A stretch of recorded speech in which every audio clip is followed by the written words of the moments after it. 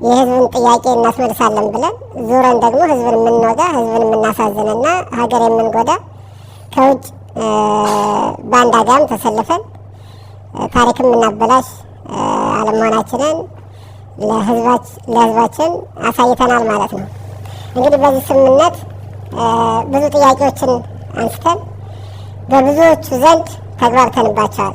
ብሔራዊ ጥቅማችንን በጋራ የምንፈልገው በጋራ የምንታገልለትና የምንሞትለት አጀንዳ መሆኑን በዚህ አጋጣሚ ማስገንዘብ ፈልጋለሁ።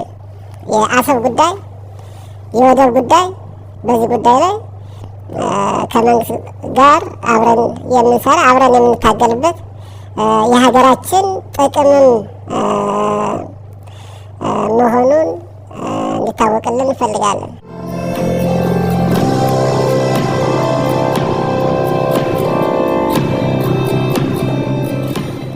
ማስረሻ ሰጥ ይባላለሁ። የአማራ ፋኖ ህዝባዊ ድርጅት የውጭ ጉዳይ መምሪያ ኃላፊ። እንደሚታወቀው ያው ሰሞኑን በአማራ ፋኖ ህዝባዊ ድርጅትና በተለይም በክልሉ በአማራ ክልል መንግስት መካከል ሲደረግ የቆየው ድርድር ፍጻሜውን አግኝቶ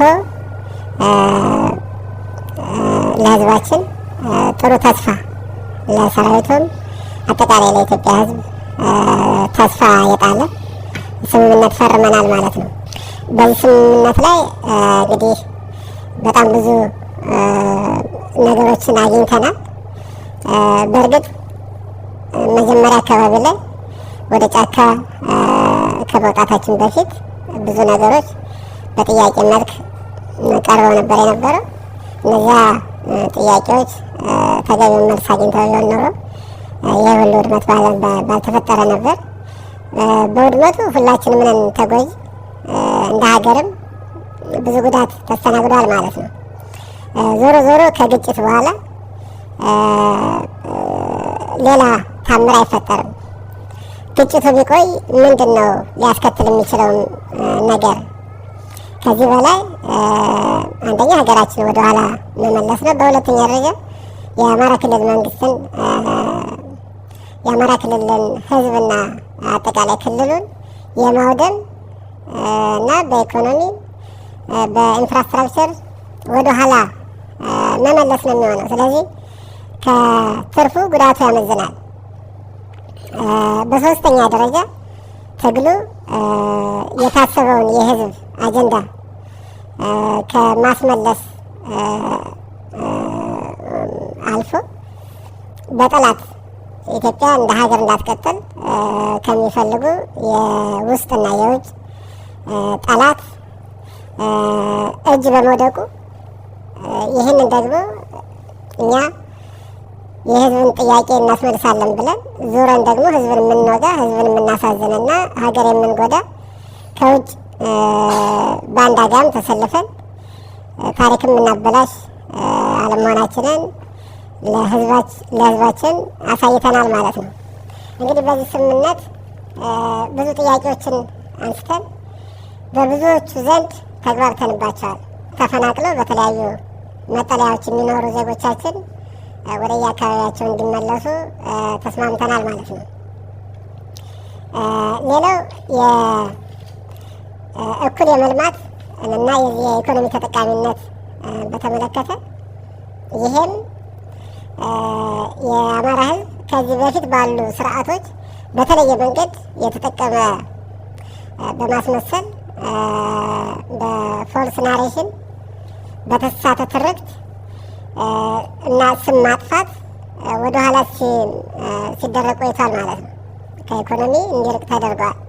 ይህንን በተመለከተ ያው የጋራ ስራና በአንድ ቀን ጀንበር የሚቀየር ስላልሆነ በሂደት ግን ከማንኛውም ኢትዮጵያ ውስጥ ካሉ ብሔር ብሔረሰቦች እኩል የመልማት እኩል የመጠቀም መብቱ እንዲከበር በጋራ እንደምንሰራ ተግባብተናል ማለት ነው። በድርጅታችን ስር የነበሩ የፋኖ አባሎች በተለያዩ ማረሚያ ቤቶች ይገኛሉ፣ ጣቢያዎች ይገኛሉ። እነዚህን በተመለከተ እንዲፈቱ ተግባብተናል ማለት ነው። በተለያዩ ማረሚያ ቤቶች በፌዴራልም በክልል ማረሚያ ቤትም በጣቢያም ያለ በፋኖ ስም የታሰረ በተለይም ደግሞ ከዚህ ከገንጣይ አስገንጣይ አጀንዳ ከሌላቸው ውጭ ያሉ በማንነታቸው የታሰሩ ወገኖቻችን እንዲፈቱ ተስማምተናል ማለት ነው። ይሄ በጣም ትልቅ ሁልጊዜም ቢሆን በውጭም ሆነን ጫካም ሆነን ስንጠይቀው የነበረው ነው እና ትልቅ ድል ነው ማለት ነው። አጠቃላይ ዲዲአር እንዲከበር ተስማምተናል።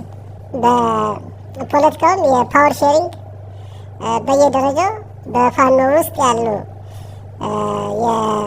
የተለያየ የመንግስት ስራ ላይ የነበሩ አቅም ያላቸው፣ እውቀት ያላቸው፣ ችሎታ ያላቸው እና ፍላጎት ያላቸው እነዚህ ወደ ስራቸው እንዲመለሱ አቅምና ችሎታቸውንም ታሳቢ አድርጎ በመንግስት መዋቅር ውስጥ ገብተው እንዲያገለግሉ እንዲመደቡ በዚህም ተስማምተናል። በጸጥታ ውስጥም በተለይ ሙሉ የወታደር ቁመና ያላቸውን መልሶ በማሰልጠን ከጸጥታው ጋር በማቀላቀል የጸጥታው አጋር እንዲሆኑ የማድረግ ስራ ይሰራል። ወደ ህብረተሰቡም ደግሞ የሚቀላቀሉትን ጤነኛ ሆነው የተሻለ ትምህርት አግኝተው የሚቀላቀሉበትን መንገድም አጠቃላይ ዲዲአር እንዲከበር እንግዲህ ሁላችን የምንረባረብበት ሆኖ እና ክትትል የሚያስፈልገው ሆኖ በዚህ መንገድ እንዲሆንም ተስማምተናል ማለት ነው። በፋኖ ውስጥ በጣም ብዙ የሚባል ከዩኒቨርሲቲ አስተማሪነት እስከ ጁኒየር አስተማሪዎች ድረስ ያሉበት በመሆኑ እነዚህ አስተማሪዎችና ሌሎች የመንግስት ሰራተኞች ፖሊሶችም ጭምር ወደ መደበኛ ስራቸው እንዲመለሱና ያለምንም ቅድመ ሁኔታ እንዲመለሱ የቀረባቸው ጥቅማ ጥቅምም እንዲከበርላቸው በዚህ ላይ በሙሉ ተግባብተናል። ሌላው ለየት የሚያደርገው ከዚህ ከዩኒቨርሲቲ ያቋረጡ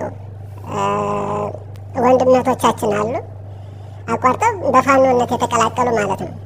ይህንን እንግዲህ ከትምህርት ሚኒስቴር ጋር በመነጋገር የፌዴራል መንግስት ስልጣኑ ነው ወደ ትምህርት ገበታቸው የሚመለሱበት መንገድም እንደሚመቻች ቃል ተገብቷል። በአጠቃላይ በነበረው ሂደት እንግዲህ ክልሉም ሆነ ሀገራችን ከግጭት አዙሪት እንድትወጣ አፍሪካም በተለያየ መንገድ የሚገልጻት የዚህ ግጭት ሳይሆን ልማት እና ሌሎች እድገቶችን ስለሆነ በዚያ መንገድ ተባብረን መስራት እንዳለብን፣ ግጭት መቆም እንዳለበት፣ ግጭቶችን ደግሞ በሰለጠነ መንገድ በውይይት መፍታት እንዳለብን በጋራ ከዓለም አቀፍ ተቋማት ጋር ጭምር ተነጋግረን የተግባባንበት በመሆኑ ከግጭት ማንም እንደማያተርፍም በመገንዘብ ጥያቄዎችም ደግሞ በአግባቡ ተጠይቀው ግን ደግሞ ወቅታዊ ምላሽም መሰጠት እንዳለበት ይሄ ግጭት ሁላችንንም አስተምሮ ያለፈ ነው ማለት ነው። ሌላው ያው በዚህ ላይ ተናግሬ ማለፍ የምፈልገው ኢትዮጵያ በአሁኑ ሰዓት የነበራትን የብሔራዊ ጥቅም የማስከበር ፍላጎትና ጥያቄ አንስታለች።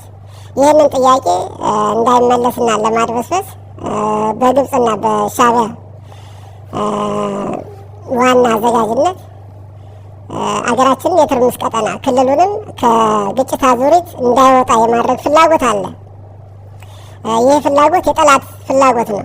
አሁን በፋኖነት በተለይም በዚህ በተለያየ መንገድ የዚህ የሰላም ስምምነቱ አካል አይደለንም የሚሉ የተወሰኑ ግለሰቦች አጀንዳ የራሳቸው እና የህዝብ አጀንዳ ሳይሆን የጠላት አጀንዳ ተሸካሚ መሆናቸውን አውቀው ለህዝብ እስከወጡ ድረስ ተመልሰው ከስህተታቸው ተምረው ህዝብ የሚያነሳውን እና ህዝብ የሚፈልገውን መስራት እንዳለባቸው እያሳሰብኩ ብሔራዊ ጥቅማችንን በጋራ የምንፈልገው በጋራ የምንታገልለትና የምንሞትለት አጀንዳ መሆኑን በዚህ አጋጣሚ ማስገንዘብ ፈልጋለሁ። የአሰብ ጉዳይ፣ የወደብ ጉዳይ በግልጽ በንቀት የሄደ በመሆኑና ምንም አይነት ሌጂትሜሲ የሌለው ህጋዊ ቅቡልነት የሌለው በመሆኑ በዚህ ጉዳይ ላይ ከመንግስት ጋር አብረን የምንሰራ አብረን የምንታገልበት የሀገራችን ጥቅምም መሆኑን እንዲታወቅልን እንፈልጋለን። የህዝብ ጥያቄ አለ፣ የሚታወቅ ነው ያ ጥያቄ።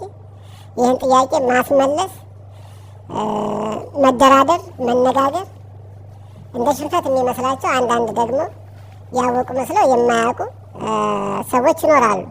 ዞሮ ዞሮ የህዝብ ጥቅም በሚከበርበት ሁኔታ ላይ ልዩነት ይኖራል ብዬ ስለማላስብ የግል ፍላጎት፣ የግል ኢጎ እና የግል ጥቅምን ወደ ጎን በመተው የሀገርን ጥቅም ማስከበር ያስፈልጋል። በመጨረሻ ህዝባችን ሰላም ይፈልጋል። የተለያዩ ጥያቄዎችም ቢኖሩ ጥያቄዎች በአግባቡ እንዲመለሱ ግፊት ማድረግ ያስፈልጋል። ዘላቂ ሰላም እንዲሰፍን ደግሞ በጋራ መስራትን ይፈልጋል።